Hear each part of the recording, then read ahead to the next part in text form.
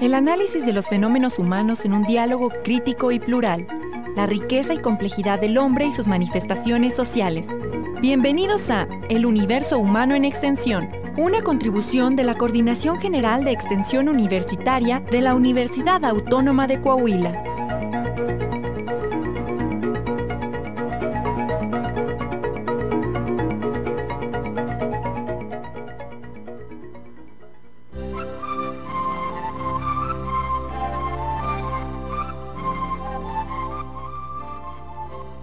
Hola, ¿qué tal? Muy buenas tardes, saludamos a todo nuestro auditorio con mucho gusto.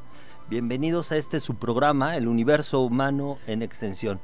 Esta es una aportación de la Coordinación General de Extensión Universitaria de la Universidad Autónoma de Coahuila. Estamos todos los jueves a las 5 de la tarde en el 104.1 de frecuencia modulada en Radio Universidad. Les saluda su amigo Ernesto Duque Padilla con mucho gusto en este día tan especial. Hoy es día 15 de mayo de 1914 y es el Día del Maestro. Yo quiero iniciar enviando un saludo muy afectuoso a todos los profesores de Saltillo, en forma muy especial a los maestros del Ateneo Fuente, a quienes han sido mis colegas. Me celebro junto con ellos y celebro sobre todo a mi padre, un gran maestro, el profesor Gilberto Duque, quien, fíjense, justamente es llamado el profesor Duque, quien ha dedicado toda su vida al magisterio. Aún después de jubilado, él siguió orientando a las generaciones a través de la librería Zaragoza, y es fecha que no para. Cada vez que tenemos oportunidad de estar con él en la casa, bueno, pues siempre tiene algo que enseñarnos. Decía Pitágoras de Samos, educar no es dar carrera para la vida, sino templar el alma para las adversidades de la vida. Este filósofo que 400, 500, 600, en el siglo VI antes de Cristo, desarrolló los conceptos de filosofía, las ciencias, de alguna manera introduce las matemáticas a la experiencia, el concepto de armonía, la relación entre la música y los números.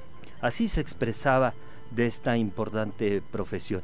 Y de veras celebro con mucho gusto, créanme que para mí es un día muy especial. Yo me siento como cuando empieza uno a subir por el camino del 4 a la Sierra de Zapalinamé y a media jornada volteas para atrás y ves desde arriba y hacia atrás que has recorrido un gran trayecto. 35 años frente a grupo que dan muchas satisfacciones.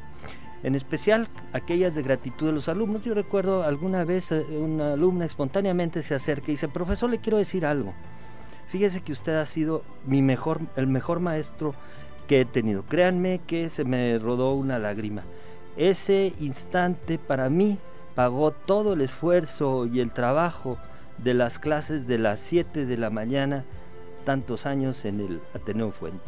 Entonces aprecio mucho el oficio del profesor y por eso lo celebro y agradezco a todos nuestros maestros, que no acabaría de nombrarlos.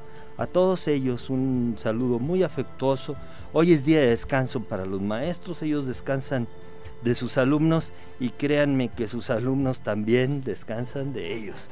Así es de que, Katia, pues vamos a comentar que tenemos un invitado, que es César Ramos Zaragoza, nuestro amigo y colega. César Ramos es neuropsicólogo y vamos a hablar de ese tema el día de hoy, pero queremos, antes de presentarlo, recordarle nuestros teléfonos en el estudio, pues para que nos llamen. Claro, el teléfono en estudio es 482-6995, o bien puede buscarnos vía Facebook en 104.1 FM Radio Universidad. Pues muy bienvenido, César, esta es tu casa.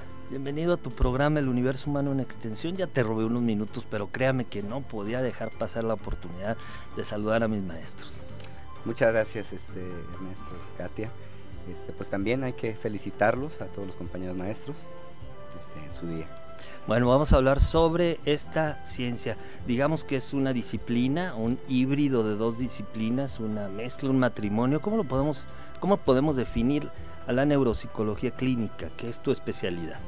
Bueno, la neuropsicología clínica es justamente una rama de la psicología que digamos que está es este vínculo entre la psicología y la neurología, ¿no? Que tiene que ver con la ciencia del cerebro y la conducta, que es lo que hacemos propiamente los psicólogos. ¿Por qué se hace necesario que exista esta conjunción de dos disciplinas? Bien, yo creo que la manera en la que me gustaría explicarlo o poderlo compartir es con un caso muy famoso, que es de donde nosotros surgimos prácticamente la neuropsicología. Había un obrero en Estados Unidos, si no mal recuerdo, por los años 20 o 30, que estaba haciendo la vía ferroviaria de Estados Unidos. Él se llamaba Phineas Gage. Y lo que pasa con él es que él era encargado de una cuadrilla de obreros y era una persona muy responsable, muy ordenada, tanto que tenía varias gente a su mando, ¿no?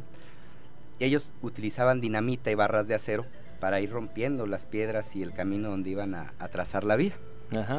En un descuido que tiene este señor Phineas Gage, al poner la dinamita y tratar de compactarla con la barra de acero, esta barra de acero pues sale disparada como si le haya disparado un cañón. Y entonces esta barra, de más o menos 1,5 metros de largo y algunos centímetros de diámetro, le atraviesa, digamos que entra esta barra un poquito abajito de la nariz por el pómulo, y sale por la parte más enfrente de la cabeza, un poquito arriba de la frente, y sale disparada unos cuantos metros. Se había cruzado el cráneo. Cruza completamente el cráneo y vuela unos cuantos metros más, o sea, recoge en la barra varios metros más, haciendo una herida, pues, sí, pues un proyectil que cruza, era un proyectil prácticamente el cráneo. Lo que sucede es que este proyectil, como iba incandescente, iba con mucho calor, claro, cauteriza todas las heridas. Qué magia. Y Phineas Gage sale casi, obviamente no completamente, pero casi caminando de la escena, no muere. Fíjate nada más, casos verdaderamente raros. Sale casi caminando. Y entonces cuando lo ven los médicos de aquel tiempo, dicen, pues no le pasó nada. Dicen, al parecer esa parte del cerebro que le atravesó y que voló, pues no ha de servir para nada, porque él camina, habla, no sucede nada. Qué interesante, ¿no? El caso es que empiezan a pasar los meses y Phineas Gage empieza a cambiar. ¿De qué años estamos hablando? Más o menos en los años 30. 1930, por ahí por la década de los 30. Así es. ¿Qué pasa con Phineas Gage? Que ellos empiezan a dar cuenta que él empieza a cambiar su forma de ser. De ser un hombre sumamente ordenado, empieza a hacer un caos, justamente. Ya no puede controlar sus impulsos, de ser él una persona educada y demás. De repente empieza a tener peleas por la nada, empieza a tener un lenguaje muy soez que él no lo... Pues cambia radicalmente su carácter. Cambia su carácter, tanto que es muy triste, pero Phineas Gage termina trabajando en un circo después. Así es como termina. O sea, cambia su profesión y su vida.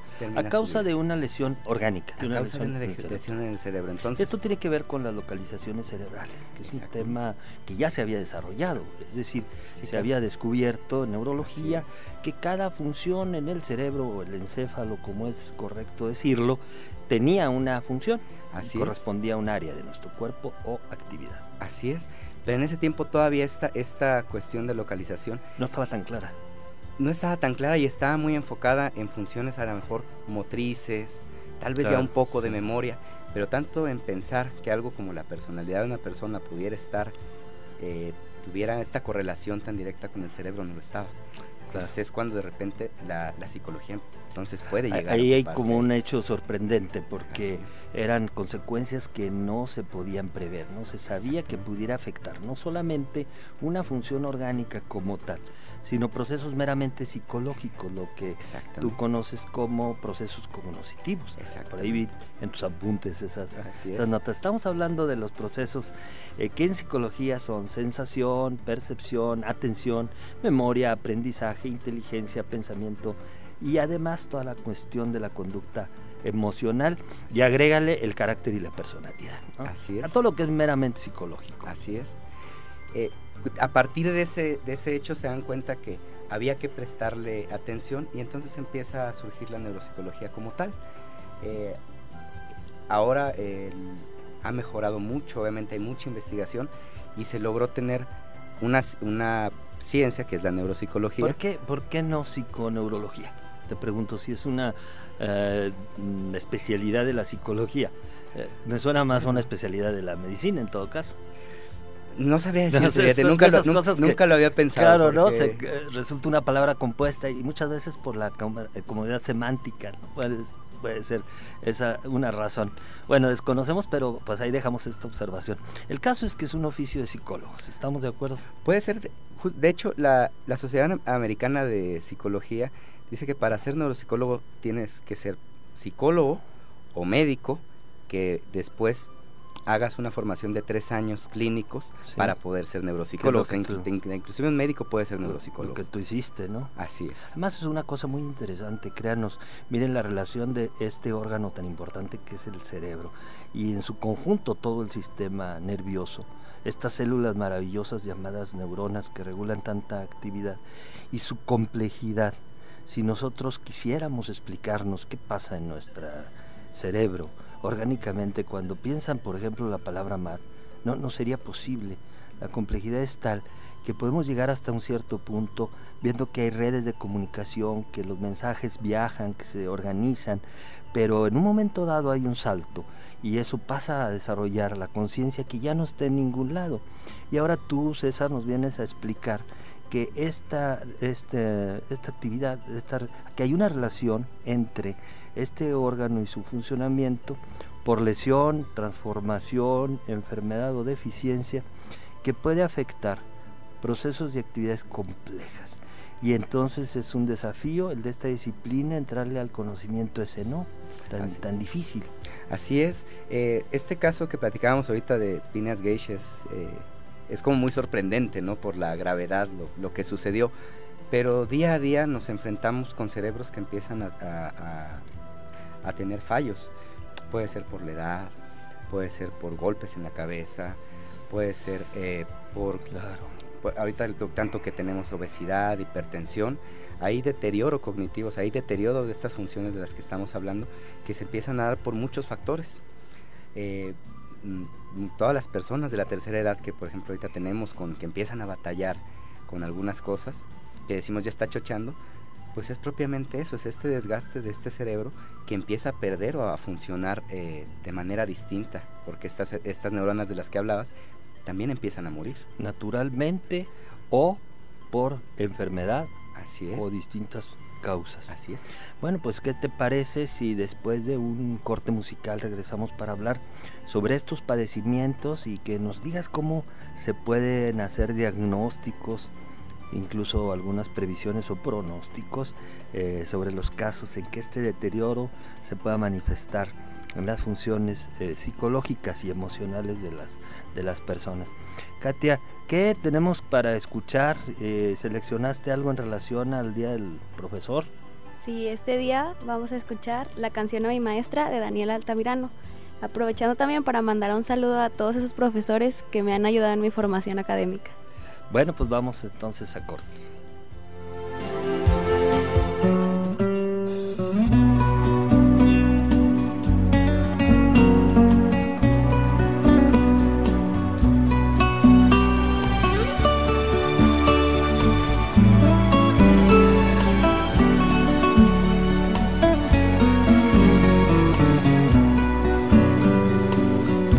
Esta canción que yo canto me la enseñó mi maestra, como un trino vino a mi alma, entre asombros e inocencia, caminando entre los bancos de una humilde escuela en selva. Como el sol sobre la flor, desgranaba su enseñanza, y era una madre en el aula, todo amor en sus palabras, y en el viejo pizarrón sus consejos aún me hablan. Ay, si un día yo volviera a mi escuelita allá en selva, buscaría la canción que me enseñó mi maestra. Como una dalia de sol, llenaba de luz el aula, y eran mensajes de amor que ponía en sus palabras, hablándonos suavemente nos mostraba su alma blanca. Enseñaba que la vida son muchas sumas y restas, que bajan al cero o elevan, y que las sumas de amor restan al odio su esencia. Cuando llegaba el recreo, la galería de la escuela se llenaba del bullicio como un rumor de colmena. Éramos nosotros buscando, con el tesón de la abeja, el polen de la alegría en la flor de la inocencia. Ay, si un día pudiera volver a esa humilde escuela en selva, buscaría aquel pupitre hecho de nobles maderas, donde he tallado mi nombre y el de una compañera, escritos en un corazón atravesado por flechas. Entonces entonaría la letra de una canción que ha quedado en mi memoria como grabada en la piedra, con el buril del amor de una artesana maestra. Esta canción que yo canto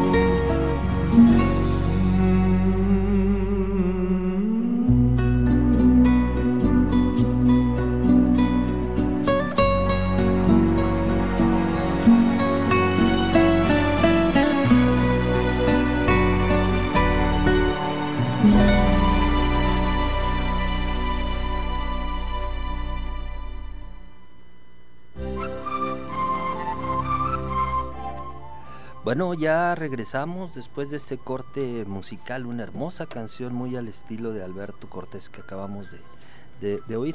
Y estamos con César Ramos Zaragoza en el Universo Humano en Extensión. Estamos hablando de esta nueva disciplina que es la neuropsicología clínica. Y yo quiero aprovechar, a propósito de nuestro tema, para comentar que hay un evento que es el 28º Congreso Estudiantil de Neurología, que sería mañana viernes 16 y 17 de mayo en el Centro Audiovisual Universitario, por la tarde a las 3:30. Es un evento libre al público que organizan los propios estudiantes, según tengo conocimiento. Estos mismos estudiantes incluso son los expositores, con aportaciones muy interesantes acerca de qué es lo último que hay en internet. Solamente tiene costo para aquellos que deseen una constancia, con distinto precio para alumnos y externos. Bueno, pues esa es la invitación que les hacemos, viernes y sábado, al 28º Congreso Estudiantil de Neurología de la Facultad de Medicina de la Universidad Autónoma de Coahuila. César, regresamos entonces con nuestro tema de la neuropsicología. Ya hablábamos del deterioro de este órgano tan importante que es el cerebro y en general el conjunto del sistema nervioso por distintas causas, pero básicamente por una actividad, un proceso normal que es el envejecimiento. ¿Podríamos hablar algo acerca del diagnóstico? Porque entonces estamos dentro de la medicina o la psicología. ¿Tienen ustedes instrumentos específicos que difieran tanto del campo clínico de la medicina como el de la psicología clínica? Sí, la neuropsicología, como te decía, se ha ido desarrollando bastante, principalmente en Europa y Estados Unidos. Ahora, de unos años para acá, en México también ha crecido bastante.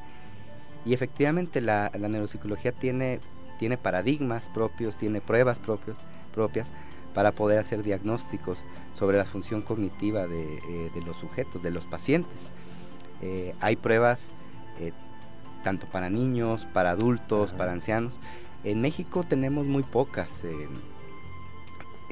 Yo de las que conozco es el ENI, que es una batería que se hizo en la Universidad Autónoma de Guadalajara. Ajá. Y por ahí creo que hay otro que ahorita no recuerdo el nombre, pero tenemos aún muy pocas en México. Para además es un problema, un tema que conocemos nosotros como estandarización, transcultura.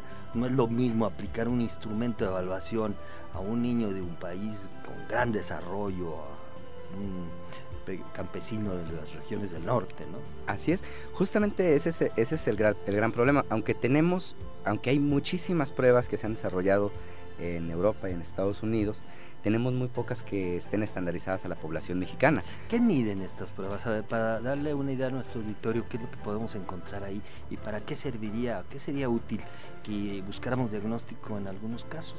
Bien, mide función cognitiva, como lo decías, mide la cuestión, puede ser memoria, atención, lenguaje, planificación, pensamiento crítico, entre todas esas grandes funciones. ¿Para qué es útil? Algo que te puedo decir, muchos de nuestros niños que tenemos en las escuelas, que están en educación especial, muchas veces son trastornos neuropsicológicos. ¿Esto qué es? O sea, que a veces son retrasos madurativos, es este cerebro que apenas se está desarrollando, no se desarrolla de la manera... Y lo tratamos mal, lo tratamos de otra forma, como si fuera un problema de otra índole, ¿no? Exactamente, entonces es muy importante, por ejemplo, generar diagnósticos con estos niños, ¿no? O con los adultos cuando están empezando a perder la memoria. Puede ser un deterioro cognitivo que aún es leve, pero que puede en algún momento llegar a ser una demencia, ¿no? Claro, porque en estas cosas se avanza paulatinamente. Cuando nosotros sentimos frío, por ejemplo, ya han bajado varios grados la temperatura. Cuando nosotros nos damos cuenta de los olvidos y la pérdida de esta importante capacidad, pues ya han pasado algunos años de deterioro inadvertidos. Pero pues por alguna razón nos sentimos que ya no estamos capacitados para ciertas habilidades y decimos pues es la edad. Estos deterioros se pueden evitar, prevenir o hacer más lentos. Se pueden prevenir, hay deterioros que ya no hay nada que hacer, ¿no? Por ejemplo, las demencias a ser progresivas y degenerativas ya no se van a poder detener, pero sí podemos tomar las funciones que aún están bien para que el paciente tenga una mejor calidad de vida. Por ejemplo, a lo mejor un paciente que empieza a tener olvidos, a lo mejor tiene problemas con memoria, pero su lenguaje está completamente preservado y entonces puede leer. Claro. Entonces podemos utilizar esta capacidad para que siga teniendo una vida lo mejor posible. Es lo que se busca. O los niños también, por ejemplo, que de repente se les pone a lo mejor una prueba de inteligencia, que es una prueba psicológica, y nos da un número. Entonces este niño tiene tal número. Pero eso no nos sirve mucho, porque a lo mejor este niño efectivamente batalla para escribir, pero a lo mejor tiene una gran capacidad para reconocer caras. Yo le digo a mis alumnos, claro, que nosotros sustituimos la experiencia por las habilidades, ¿no? Es que esto es un órgano, miren, así como un deportista tiene su máximo rendimiento entre los 18 y 23 años, así el cerebro también, y a partir de ahí es un deterioro paulatino. Yo creo que el mayor número de neuronas la tenemos al momento de nacer y ahí para el real, todos los días las perdemos. Recordemos que estas células como tejido no se regeneran, por lo menos es lo que sabemos actualmente, aunque hay investigaciones que dan indicios de otra cosa, pero como tal, así como un hueso sustituye un tejido óseo que nos falta, la sangre, etcétera, la piel, como tal, el tejido nervioso no se sustituye, hay vacíos que ahí van a quedar para siempre, y sin embargo otras habilidades que tenemos gente que ha vivido muchos años, pues pueden servir de compensación de alguna manera, ¿no? Claro. Otra cosa, retomando un poquito lo que platicábamos hace rato, se puede escuchar un poco desalentador al momento de que decimos, híjole, en México tenemos pocos instrumentos. Eso no significa que no se pueda hacer una exploración o una valoración neuropsicológica, porque los paradigmas al final son los mismos en todos lados y se pueden utilizar.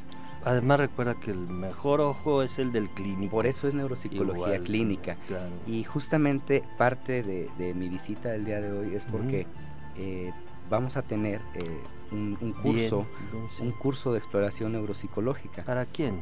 Este va dirigido a psicólogos, médicos o enfermeros, cualquier persona que pueda trabajar con pacientes que sufran algún deterioro cognitivo. ¿Quién lo organiza? Lo organiza la Red Gerontológica de Coahuila. Bueno, enviamos un saludo para todos ellos. Quiero agradecerles aquí públicamente. Ya tenemos como 3 o 4 programas, ¿verdad?, que nos han asistido. Estuvimos justamente hablando con Luis Carlos la semana pasada sobre demencia senil y en otra ocasión anterior sobre Alzheimer y el deterioro de las personas de la tercera edad. Este sector tan vulnerable al que hemos querido dedicarle prácticamente una temporada, y lo hacemos con mucho gusto y mucho cariño. Bueno, estás informándonos sobre este curso, ¿dónde, cuándo va a ser? Bien, este curso, como te decía, lo puede tomar cualquiera que trabaje con personas que tienen dificultades cognitivas, llámese adultos o también inclusive niños. Al final la exploración la función cognitiva está desde niños hasta adultos. Ajá. Es un curso introductorio en el cual nosotros vamos a empezar a introducir con los que asistan cómo se puede evaluar estas funciones cognitivas, qué instrumentos podemos utilizar que están a nuestra mano y a nuestro alcance. Este curso digo introductorio porque son 5 fines de semana, de 5 horas cada uno. ¿Dónde lo van a hacer? 4 fines de semana, 5 de 4 horas, perdón. Va a ser en la Escuela de Enfermería de la Universidad Autónoma de Coahuila, junto al Hospital Universitario.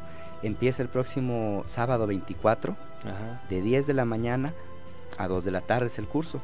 ¿Dónde y con quién hay que inscribirse? Justamente les voy a dejar el teléfono, es con la licenciada Verónica Canto.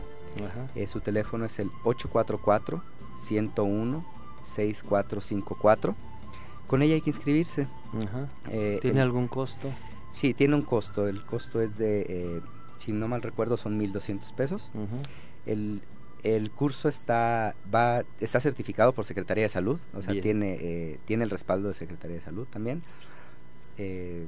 Y bueno, como les digo, es un curso teórico práctico, y además de las 4 horas de cada sábado, va a haber 2 horas más para supervisión de casos clínicos. Bien. A lo mejor yo tengo un paciente que le pasó tal cosa y quisiera que lo pudiéramos revisar, que todo eso se va a poder hacer. Pues muy bien, yo quiero agregar que la Red Gerontológica es una asociación civil que no tiene fines de lucro, sino que hace investigación y otorga servicios. Un saludo para su presidente entrante, Luis Carlos Cortés. Así es. Cortés Garza, ¿cómo se apellida? Sí. Yo les cambio el nombre. Luis Carlos Cortés. Vamos a dejarle Luis Carlos Cortés. Estamos con César Ramos Zaragoza, él es neuropsicólogo y estamos hablando sobre este tema, este importante tema. Yo quisiera preguntarte, César, ¿qué opinan ustedes? Voy a poner un caso concreto, a ver, ahí te va. Okay. ¿Cómo interpretan ustedes casos como la tartamudez? Porque estamos hablando de las funciones cognitivas y el habla es una de ellas. Bien, esto es muy importante, trataré de ser breve. Nosotros cuando hablamos podemos ver el lenguaje y el habla desde 2 dimensiones. Por ejemplo, vamos a pensar, un niño cuando es pequeño a lo mejor no habla o no habla bien, dice bla, pa, pa. Sin embargo, si nosotros le decimos tráeme ese refresco que está ahí, él viene y me lo trae.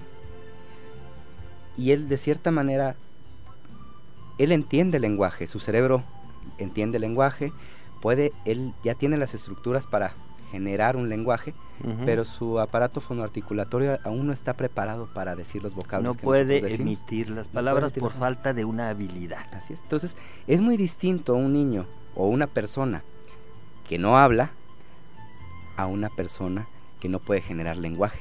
Esto es, puede ser, el problema puede ser de tipo central, esto sería alguien que no puede generar el lenguaje.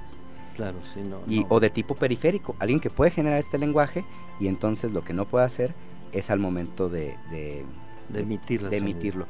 ¿Qué tendríamos que explorar con una persona que tiene esta cuestión de tratamiento? Darnos cuenta si el origen del problema es central o periférico. Mira, pues estoy viendo el reloj y se nos acabó. Yo estaba muy metido en el tema y hubiera querido también dar una interpretación desde el lado psicoanalítico, pero sí aprovecho para comentar que los problemas son complejos, que hay enfoques distintos, que es muy útil tener a la mano herramientas nuevas y como es esto de la neuropsicología. César, pues nos tenemos que despedir. Yo te quiero agradecer mucho a ti y a la red tu presencia, tu compañía, la aportación de todos estos conceptos que nos hace, reiterarle a los maestros nuestro saludo, nuestra felicitación, agradecerle a Katia Quita, que también nos acompaña. Y bueno, pues nos despedimos. César, ¿quieres enviar un saludo tú a algún maestro? Un saludo a mi maestro Edgar, él fue mi director aquí en México, neuropsicólogo, él sabe el doble o triple que yo. Ajá. Y es mi gran ejemplo, ojalá un día pueda ser como él. Bueno, pues muchas gracias, estamos en su programa El Universo Humano en Extensión. Se despide su amigo Ernesto Duque, deseándoles como siempre salud y vida.